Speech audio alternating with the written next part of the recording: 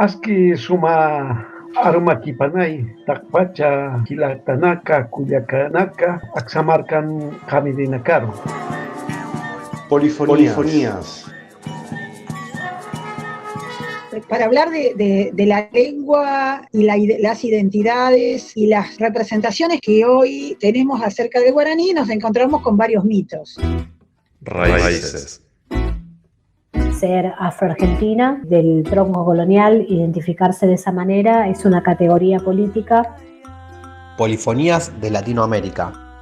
La realidad áulica fue la que me llevó a trabajar en el diálogo intercultural. Voces de la educación. Soy una activista negra, candombera, defensora de derechos humanos afrodescendientes, lesbiana y feminista. Polifonías de Latinoamérica. Ciclo de entrevistas, reflexiones en torno a la educación y la interculturalidad. Somos Polifonías de Latinoamérica. Idea y conducción, Mónica Ángel. Proyectos Convocatoria 2020 de Radio TDF.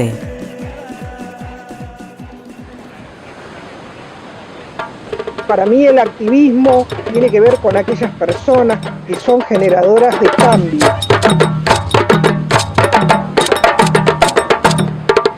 Y cuando digo mi cultura me refiero a la cultura candombera, ¿no? ¡Pero qué rico que va! ¡Ahí está! Ese candombe que hoy es patrimonio inmaterial de la humanidad. Va la comparsa, se escucha su resonar dulce y sonoro.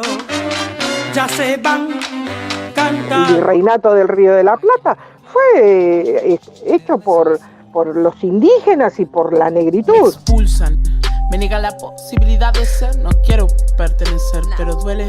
Miran y asumen, miran y miran. Cuando nosotros hablamos de sistema de la blanquedad, no estamos hablando de las personas, estamos hablando de un sistema mundo. Hasta el día que al fin me encontrarás.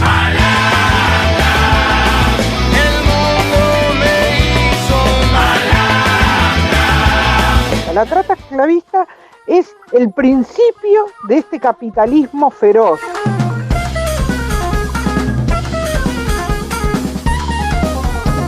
No se puede decir hago o soy activista sentada desde un escritorio.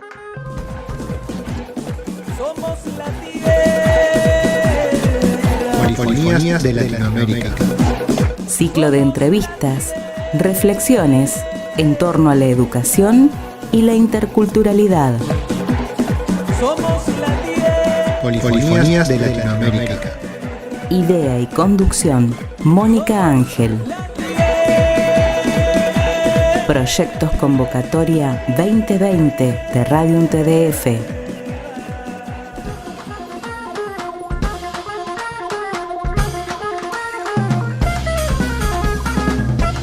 Hoy, desde el programa Polifonías desde Latinoamérica, en Radio Universidad, vamos a presentar a Sandra Chagas, una militante afroargentina. Queremos visibilizar las distintas voces que viven en Latinoamérica, en ese espacio de diversidad cultural, de interculturalidad.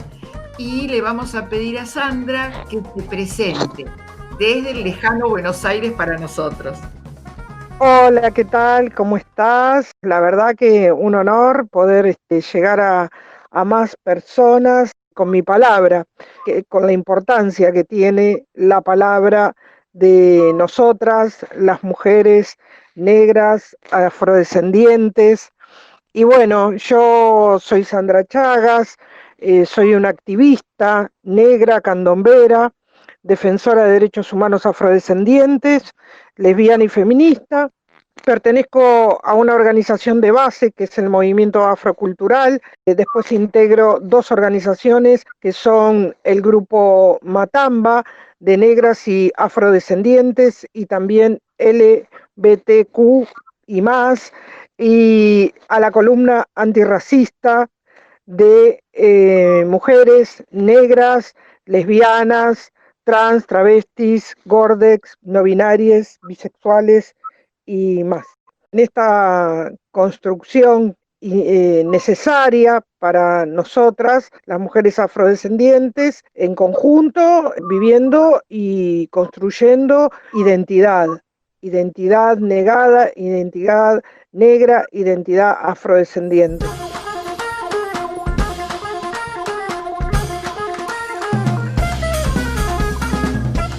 ¿Cómo iniciaste esto de tu empezar y comenzar tu militancia allá en el espacio que está en la calle, creo que Defensa al 500, en la zona del casco antiguo de la ciudad? Sí, en realidad mi activismo, hago una diferencia sustancial entre activismo y militancia. Para mí el activismo y ser activista tiene que ver con aquellas personas que son generadoras de cambios. El activista está en todo el tiempo gestando, haciendo, moviendo, diciendo, proponiendo, y pone sobre la mesa, digamos, y en el espacio, sea público o privado, su activismo en el hacer y en el decir. Las dos cosas. No se puede decir hago o soy activista sentada desde un escritorio. La persona que es un activista es esa persona que propone y hace en donde su presencia sea realmente importante y valiosa. Y cuando digo importante y valiosa es en la presencia del cuerpo, poner el cuerpo para esas acciones que se necesitan para el cambio. Esa es para mí una diferencia. Yo no digo que el militante no haga lo mismo, pero en nuestro caso en particular, el activista, hago una salvedad y prefiero ser nombrada como una activista. Y siempre hago la aclaración, porque seguramente alguien se lo va a preguntar, ¿por qué digo negra y también digo afrodescendiente? Porque en nuestra primera construcción nos construimos como mujeres negras o mujeres negras lesbianas, pero hacemos hincapié en nuestra identidad negra negada. Y después también en nuestra construcción afrodescendiente, porque somos afrodescendientes a partir del 2001. O sea, si nos ponemos a pensar, hace apenas 19 años que somos afrodescendientes, que significa que somos descendientes de aquellos que fueron traídos a estas tierras en calidad de esclavizados, por lo que se denominó y se denomina el genocidio de la trata transatlántica, genocidio de lesa humanidad que todavía el Estado argentino no ha reconocido, así como no reconoce el genocidio indígena. Ay, blanco de turno. Me expulsan, me niegan la posibilidad de ser. No quiero pertenecer, pero duele. Miran y miran y asumen, miran y miran. Los rulos me quieren tocar, me llegan y comienzan a cuestionar que de dónde tu papá, que de dónde mi mamá. Tu abuelo no nació acá, que si el pelo te puedo tocar o te lo lavar, no se moja. No suprimen de la historia y no es casual. Le metieron blanqueado en el polvo y compraron sin titubear. Se metieron en nuestra cabeza, no hicieron creer que nos den la razón, me la para no. Mejor de lo que causa ellos. Porque nosotros elaboramos todo lo que no. Nosotros a ti cantando, bailando, nos sale mejor. Raíces. Vos hablás de la afrodescendencia en el 2001, pero ¿cuándo vos empezaste a darte cuenta que había una necesidad de participar activamente en este camino, este horizonte de transformación social, ¿no? Desde tu lugar? Digamos que empecé en la década del 80, porque el movimiento como movimiento tuvo 3 etapas. En la primera etapa, porque estuve en todas, era muy jovencita, en el grupo cultural afro empecé de alguna manera entrando por lo que tiene que ver con mi cultura. Y cuando digo mi cultura me refiero a la cultura candombera, ¿no? Ese candombe que hoy es patrimonio inmaterial de la humanidad, el candombe con una presencia de lo que es la identidad afro-uruguaya, y esa identidad que muchos de nosotras o de nosotros tenemos en base a los países latinoamericanos y sus dictaduras, ¿no? Se va la comparsa, se escucha su resonar dulce y sonoro, ya se van cantando al son del tambor mayor, ahí va, los congos y bailarines se enervan. Polifonías. Yo nací en la ciudad de Montevideo, ya vivo acá hace más de 41 años en Argentina, pero nosotros sentíamos, éramos un grupo de jóvenes que queríamos vivir eso que vivíamos comúnmente y que veíamos asiduamente en las calles de Montevideo, ¿no? Ese candombe que nos pertenece desde la sangre, ¿no? Mi madre siempre de chiquita ya nos llevaba al barrio de Palermo, Barrio Sur, y estábamos ahí, de la llamada, los 3 meses que duraba el verano, nos pasábamos en la casa de una tía, y nosotros vivíamos todo lo que tenía que ver con la cultura del candombe, en definitiva con las llamadas del candombe, ¿no? Si bien no pertenecemos a esas familias tradicionales del candombe, vivimos el candombe desde nuestro inicio de niños, ¿no? De niñas y niños, y después en la adolescencia, bueno, ya estaba viviendo acá en Argentina, y nos empezamos a juntar con grupos de jóvenes, que incluso muchos de ellos éramos del mismo barrio. Es así que empezamos a armar un grupo que fue el Grupo Cultural Afro, que tuvo su comienzo allá por el año 83, y ya en el año 1996, por un hecho muy, muy, muy fuerte que nos sucedió, que es el asesinato de José Delfín Acosta Martínez, un activista de nuestros derechos, del pueblo negro, porque en ese momento no éramos afrodescendientes. Él tenía un compromiso muy enorme, él sabía de nuestros derechos humanos, él había recorrido parte de Latinoamérica de muy jovencito. José Delfín fue asesinado por la policía de la ciudad de Buenos Aires a golpes y patadas en 1996. Eso fue un clic en nuestra organización como espacio cultural, y esa tener que volver a ver cómo nos armábamos, ¿no? Es así que su hermano, Ángel Acosta Martínez, Ángel, crea una comparsa que se llamó Calacangüe. Esa comparsa tuvo dos periodos. Uno fue la construcción de una comparsa y dar clases ad honorem, como lo hacía Ángel, para poder transmitir todo lo que nosotros veníamos desarrollando, y así hacer un homenaje que se llamó Homenaje a la Memoria, no solo a la memoria de José Delfín, sino también a la memoria de la ancestralidad acá de nuestra negritud en esta parte del Río de la Plata. El homenaje a la memoria, en su construcción, se realizó una llamada que partió desde el pasaje San Lorenzo, donde está la casa del primer negro Liberto, o sea, eso es un lugar de la memoria afrodescendiente y de los afroargentinos, hacia la Plaza de Mayo. Ese fue el recorrido que hizo ese homenaje a la memoria en el año 1998, exactamente el 13 de diciembre de 1998, y que se repitió en las llamadas de febrero de 1999. O sea, viajamos un muy gran grupo, cantidad de personas, hasta la ciudad de Montevideo, y fue ese un desfile de llamada, que es la primera vez que se realizó, y viajaban desde Buenos Aires, un grupo armado de una comparsa para desfilar en las llamadas de Montevideo.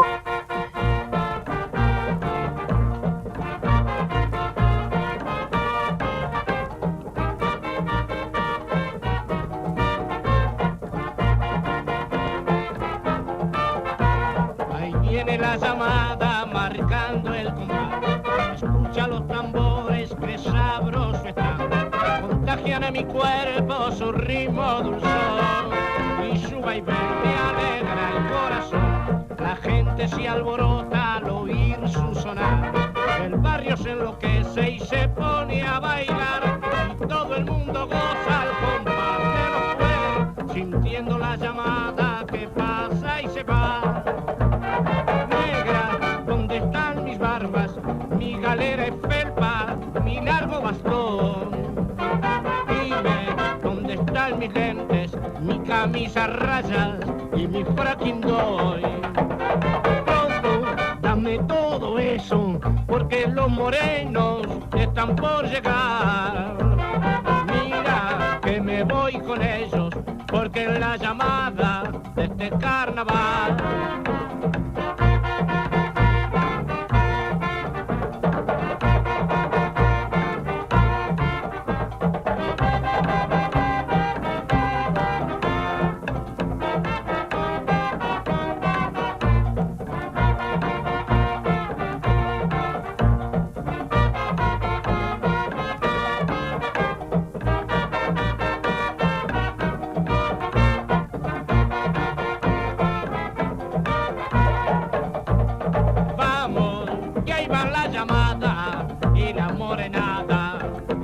Bailando, sigue ese ritmo ardiente del candombe negro, sabroso y caliente.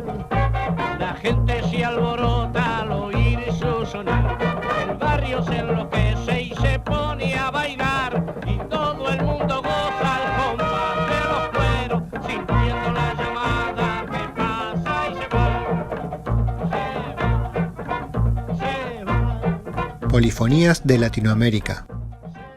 No solo es un hecho cultural, sino que ahí también marcamos el hecho de que las personas, muchas de esas personas que tomaron esos cursos, que tenía que ver con el toque del tambor, con el armado de los trajes, con el armado de las máscaras, con todo lo que se realizó, son, o sea, imaginemos una primera comparsa, y hoy podemos ver comparsas de candombe por toda la República Argentina, ¿no?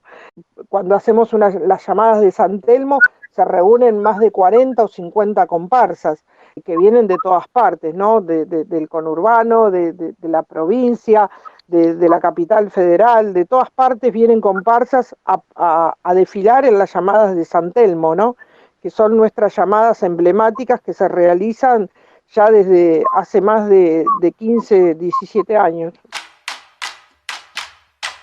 Bueno, ahora van a sonar los cueros para gozar. ¡Opa! ¡Escucha bien! ¡Oh, oh, oh!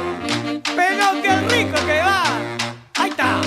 He participado acompañando y es algo indescriptible lo que sucede con el habitar nuestro cuerpo en esos momentos, porque creo que mi corazón, el pulso de mi corazón estaba en concordancia con esos tambores y yo no podía dejar de moverme. Una experiencia maravillosa y que me llamó la atención que no solo afrodescendientes, sino que mucha gente iba caminando como al ritmo, o sea, generaba una cuestión de que nuestro cuerpo se moviera al ritmo, algo muy energizante y que creo que eso habrá sido también muy valioso para ustedes por este espacio de visibilizar, de resistencia, de empoderamiento y esa necesidad de estar juntos, ¿no? Te estoy contando un poco parte de la historia, de cómo llegamos hasta acá y todo eso.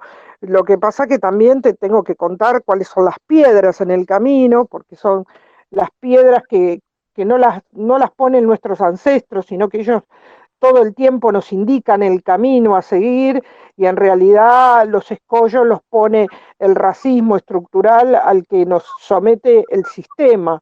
Es un sistema, ¿no? Que lo definimos así, o por lo menos yo tengo esta definición para que de alguna manera las personas no se sientan afectadas.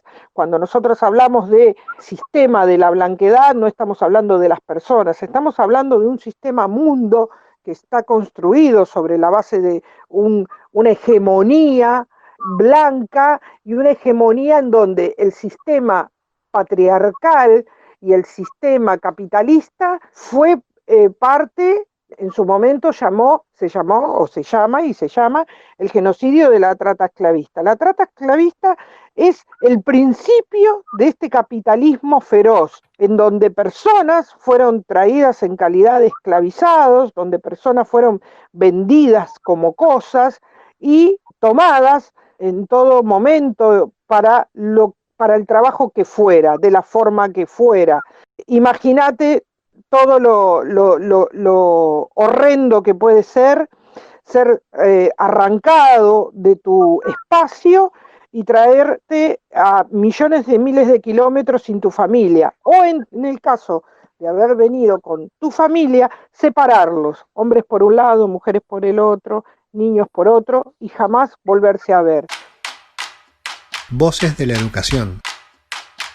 En mis clases con el nivel secundario, reflexiono con mis estudiantes adolescentes, en la cual la primera impresión de ellos es decir, profe, acá no hay africanos, no hay gente de color. Porque, ¿cómo es eso de color? Y fíjate vos que esos estereotipos todavía en adolescentes sigue sobreviviendo, ¿no?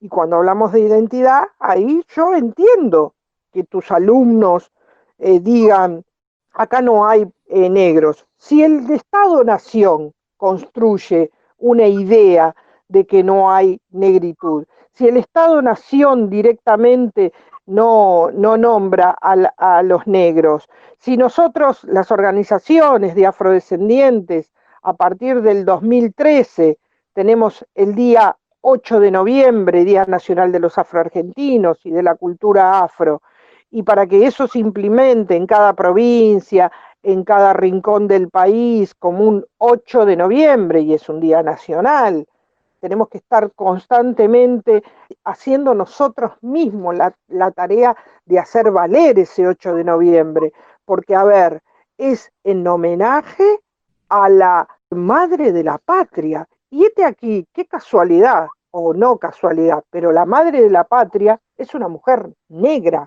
Entonces, si la madre de la patria es una mujer negra, si la madre de la patria, nombrada por el general Belgrano, ¿no?, es la madre de la patria, no porque yo lo diga, sino porque están los documentos de eso, ¿por qué el Estado no reconoce haber sido partícipe de lo que fue el genocidio de la trata esclavista? Acá se comercializó, se vendió, se explotó y se generó con las personas esclavizadas réditos económicos para el Estado argentino.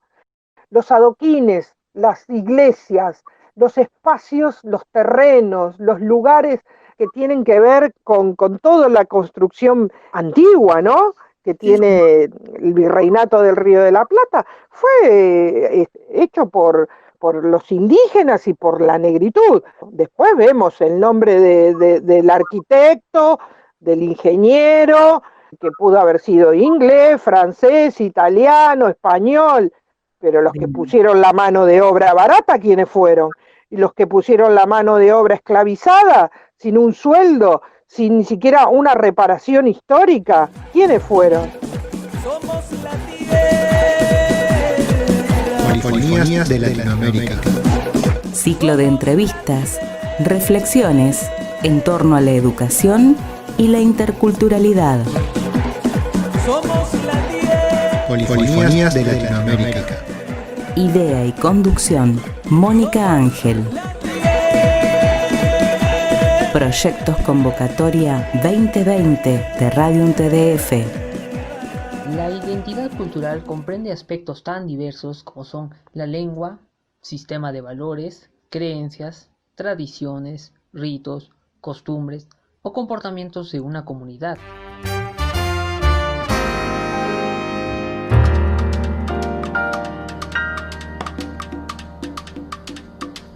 Dice mi madre que enero está regalado, que se me acerca pa' sombra y que no los quiere a mi lado, que soy hija de la suerte, que lo mío es natural, que no reparta mi gloria pa' que no me quiera mal. Dice mi madre, tu ocha no es avalao, pero si fueras un hombre tambor fuera consagrado. Moyupa Egún, que no te deja caer, que va a la guerra contigo para que puedas vencer.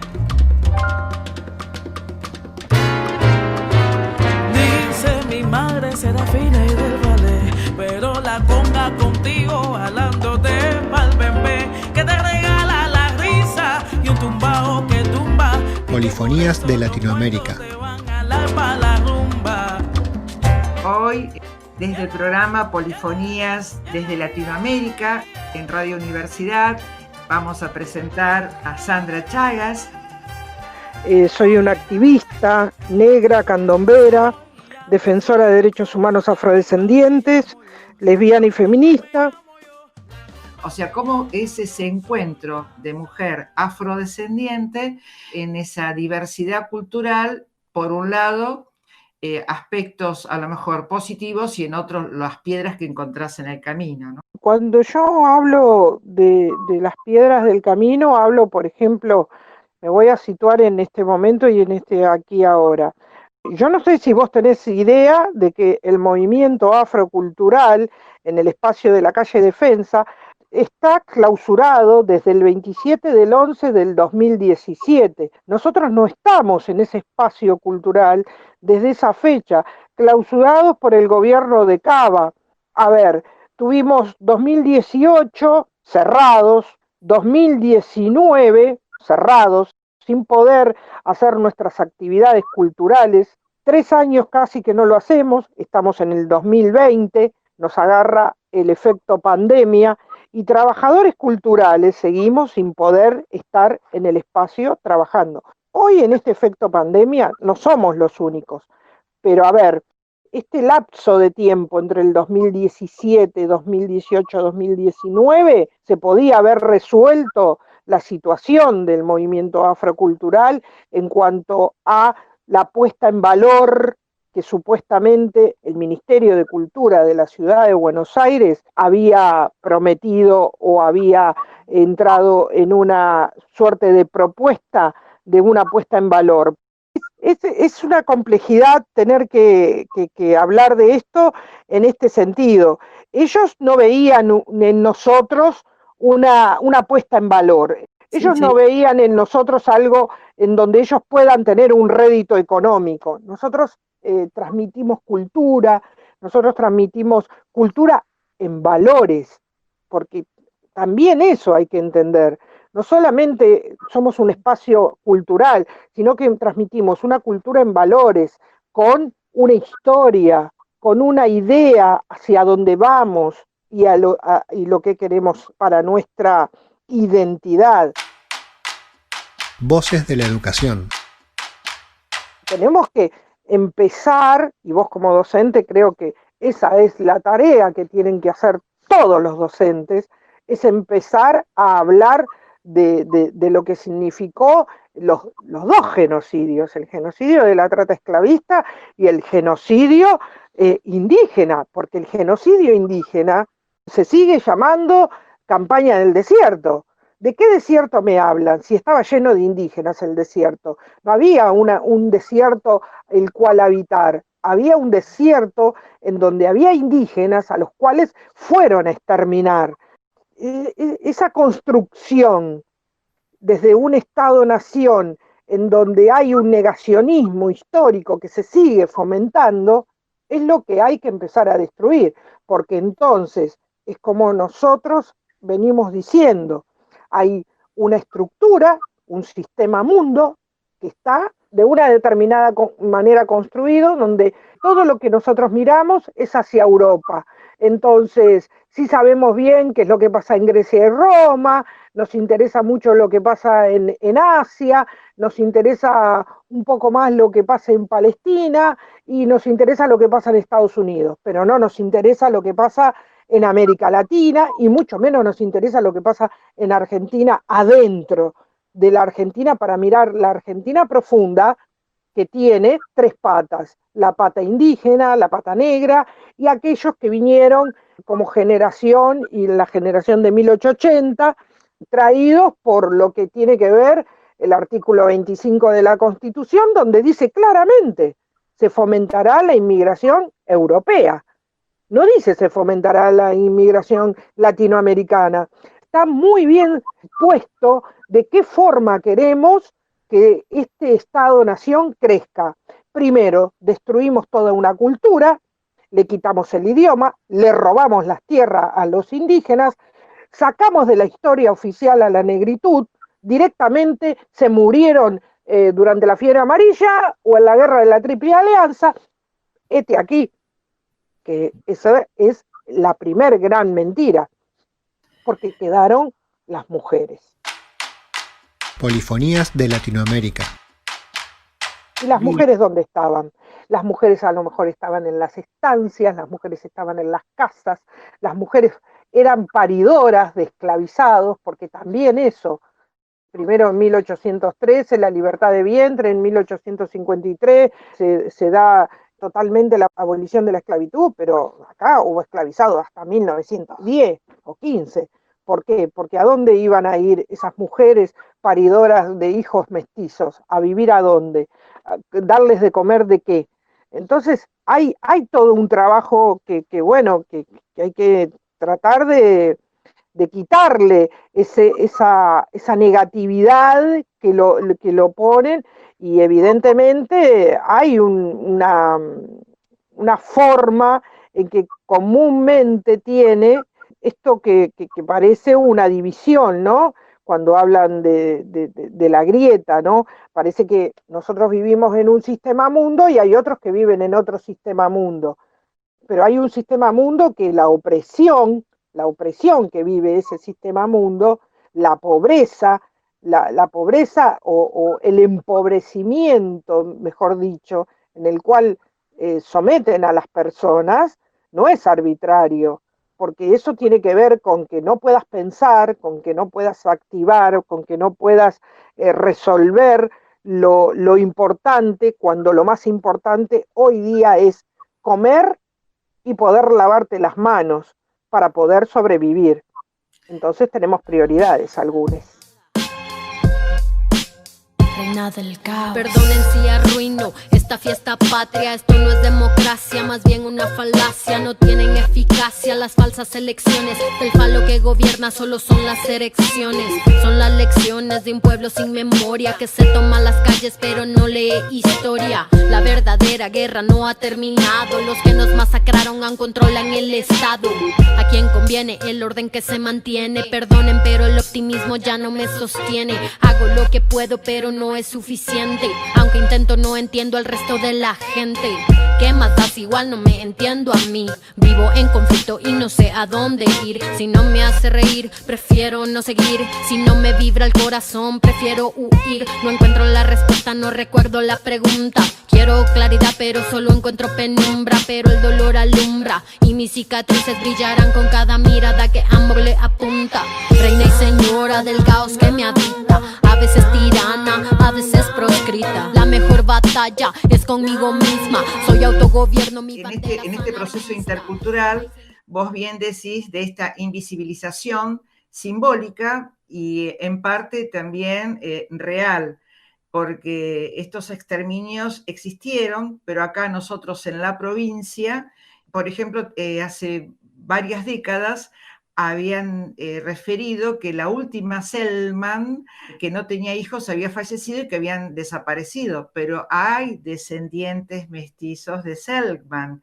Y bueno, ellos también están luchando con un Estado bastante sordo, un Estado que parece que fuese impermeable, y cómo hay que seguir socavando, reconstruyendo esta historia que hay que dar voz, hay que hacer civilizar de todas las instituciones, y pienso que, como coincido totalmente con vos, de que hay momentos de gobiernos mucho más conservadores, simplemente en este sistema mundo, hay momentos más conservadores, más neoliberales, en la cual trata de homogeneizar por una cultura blanca, occidental y europea, y los otros desaparecen, pero están. Es que son quienes construyen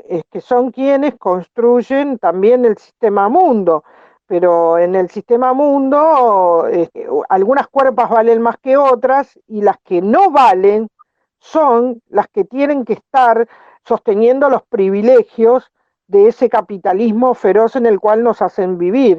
O sea, somos parte también. Lo que pasa que evidentemente en esa construcción de ese sistema mundo siempre están, hasta que bueno, de a poco también vayamos tomando conciencia, porque el punto es que quien no sabe de su identidad, hay muchas personas que se miran en el espejo y se ven blancas, pero les tengo siempre muy malas noticias.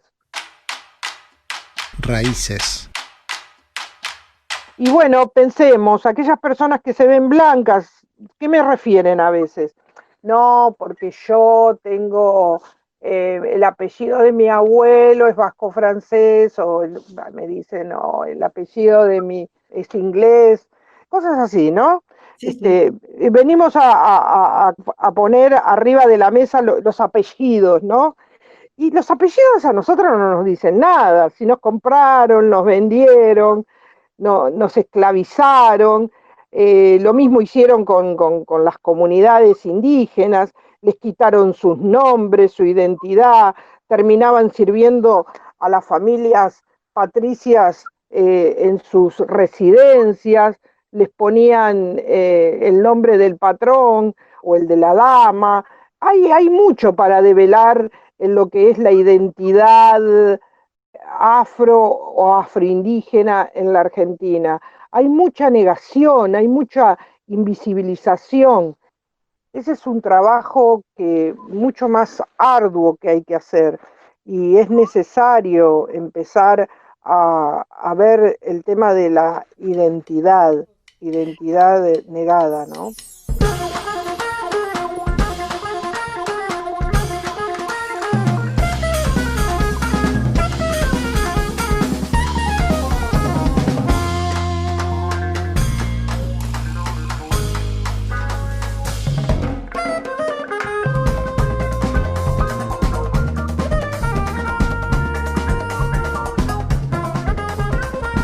¿Entendés por interculturalidad? ¿Cómo lo vivís esa interculturalidad? A mí me encanta, yo tengo por ahí un escrito que lo escribí allá por el 2010. Me acuerdo que lo leí recién sentándome con académicos y qué sé yo, y medio como que no cayó muy bien. Voy para ahí y pienso que no estuve muy errada en ese pensamiento. Estoy hablando 2010, ¿no? Ya 10 años pasaron. Mirá qué momento histórico, ¿no? Mirá cómo estamos hoy. El espacio no está. ¿Se entiende? Sí, o sea, sí. a mí a veces son palabras complicadas, porque es como, ¿por qué nosotros tenemos que estar insertos en la diversidad y en la interculturalidad? ¿Qué quiero decir con esto? Que evidentemente hay una cultura y abajo hay otras culturas. ¿Por qué no es todo cultura? ¿Pero no son diversas? Sí, pero ¿por qué la cultura hegemónica no está puesta dentro de esa interculturalidad? ¿Por qué somos nosotros los que estamos en esa interculturalidad? O sea, las otras culturas están en esa interculturalidad. Pero Sí. interesante esta pregunta que haces, y hace muchos años que estoy en la búsqueda también. Es que yo me pregunto, a ver, visto así, entiendo que si nosotros somos la diversidad cultural y somos la interculturalidad, hay una cultura hegemónica mayor que admite que estas otras interactúen entre sí, porque son la diversidad cultural. ¿No es todo cultura? ¿No somos todas y todes cultura? Pero me parece que el espíritu de lo que determinados antropólogos y pedagogos y educadores, que estamos hablando de unas relaciones interculturales simétricas, en donde nos ponemos todos en el mismo nivel. Entonces, ¿cómo hacemos el encuentro con el otro? ¿En una relación de subordinación o de igual a igual? No estamos en una relación de igual a igual. No estamos en una relación de igual a igual, porque si vos vas a un colegio y el idioma que hablas en el colegio es el español y te dan a elegir qué idioma, segundo idioma querés poder hablar, y lo que tenés para elegir es inglés y francés, y no podés elegir wichí, guaraní, no podés elegir hablar suajiri, no podés wolof. Si no podés elegir, no estamos en igualdad, no podés elegir.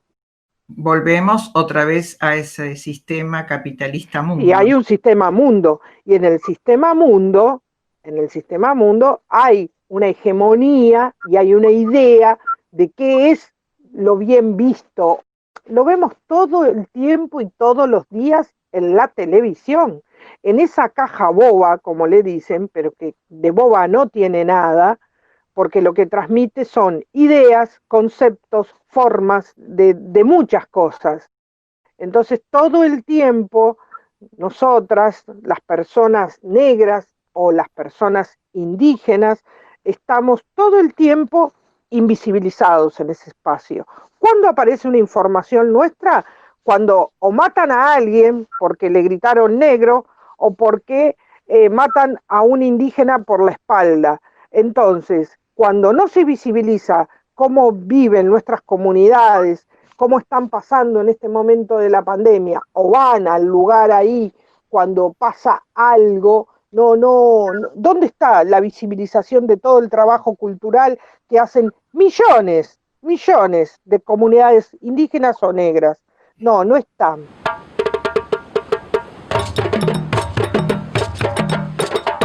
Polifonías de Latinoamérica.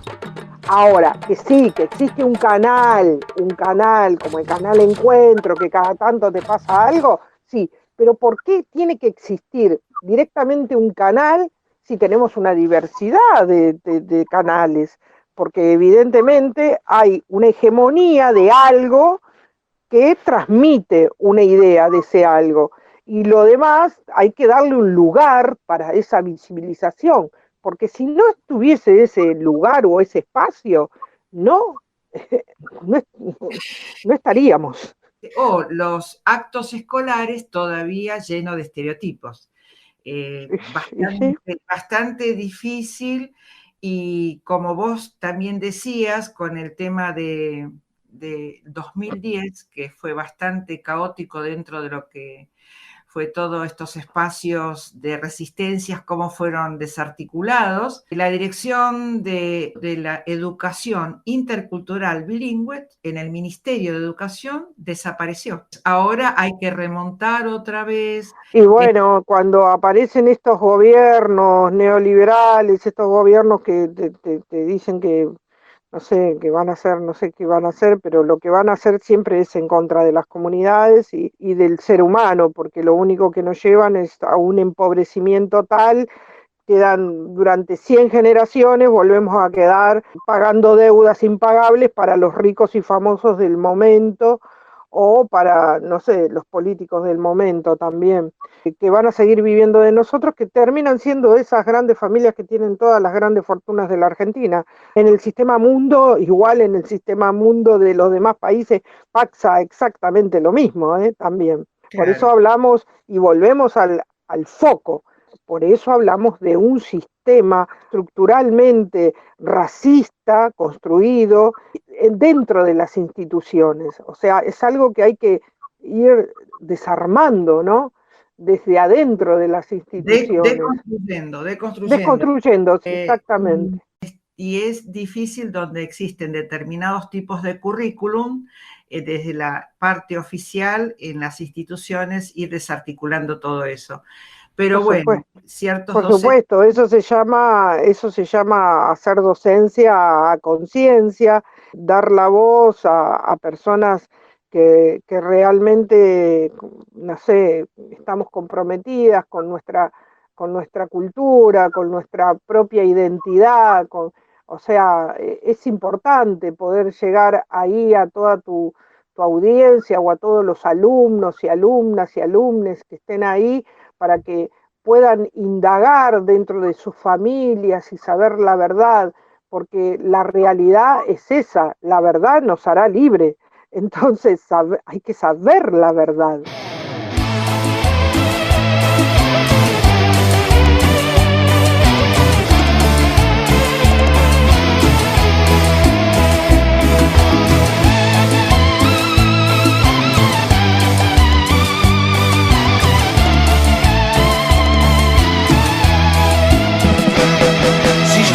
Nacido en tu casa, o si vos en mi casa nacías, si tuvieras mi plato y mi plata y cambiáramos vida por vida, si tuvieras mi suerte y mi coche y yo toda tu furia y tu ruina, temblarías de miedo en las noches si me vieras cruzando tu esquina.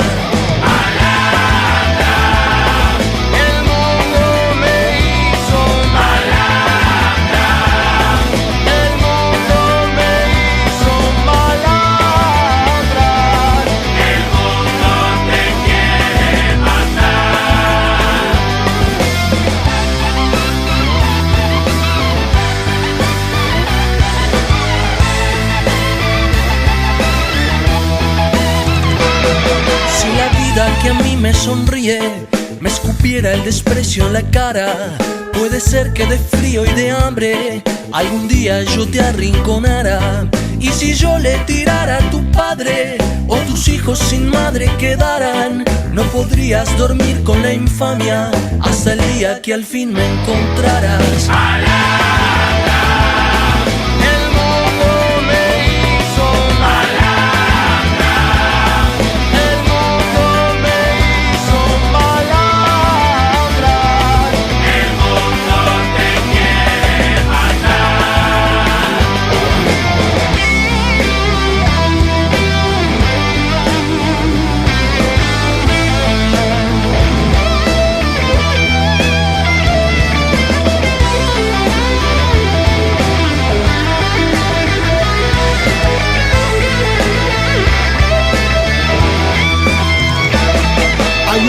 Asesino perdido en la puerta del subte. Es un tigre maldito escapado del circo de un juez. Se ha dormido una noche de fiebre de abril o de octubre. En la línea fantasma que une Moscú con Belén. Dios, no me dejes morir, no me dejes matar.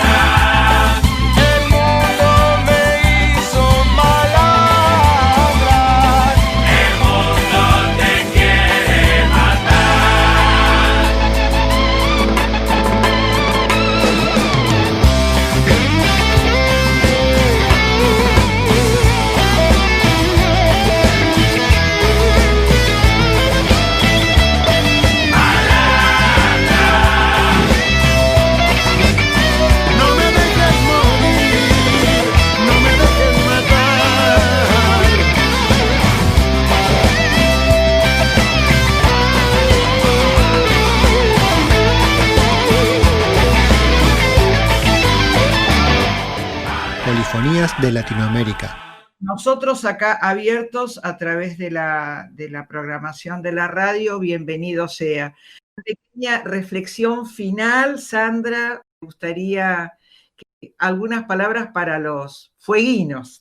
Personas que realmente sientan dentro suyo ese llamado de su ancestralidad, que busquen, que indaguen dentro de las familias, porque ahí está realmente la verdadera esencia de quiénes somos y hacia dónde queremos ir.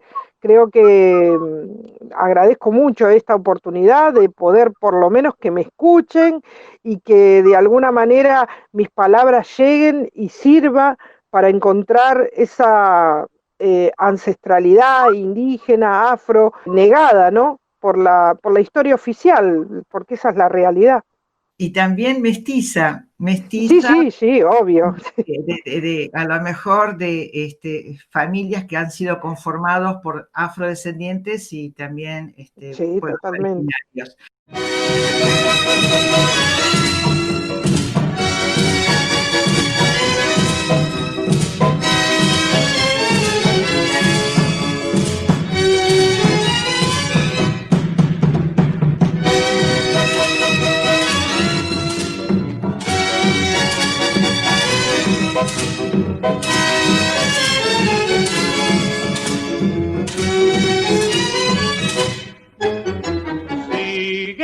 Sigue el baile de la tierra en que nací, la comparsa de los negros al compás del tamborí.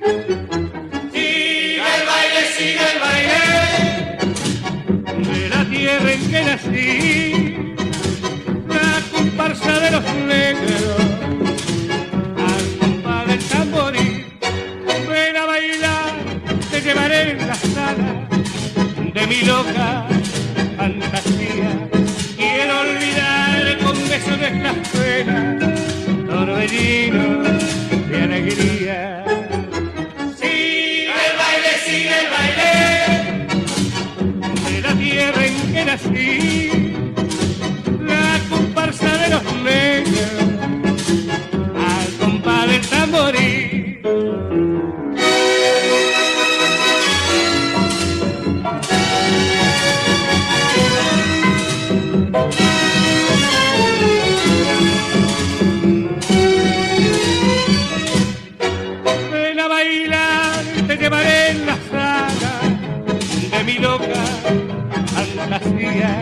Quiero olvidar con beso nuestras penas, torbellino de alegría. Sigue el baile de la tierra en que nací, la comparsa de los negros al compás del tamborí, al compás del tamborí.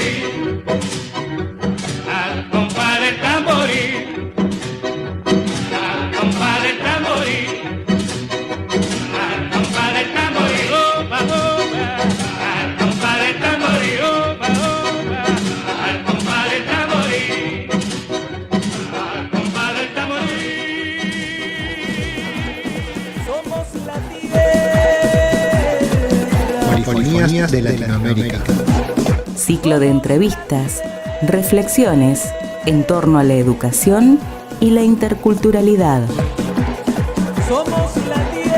Polifonías de Latinoamérica.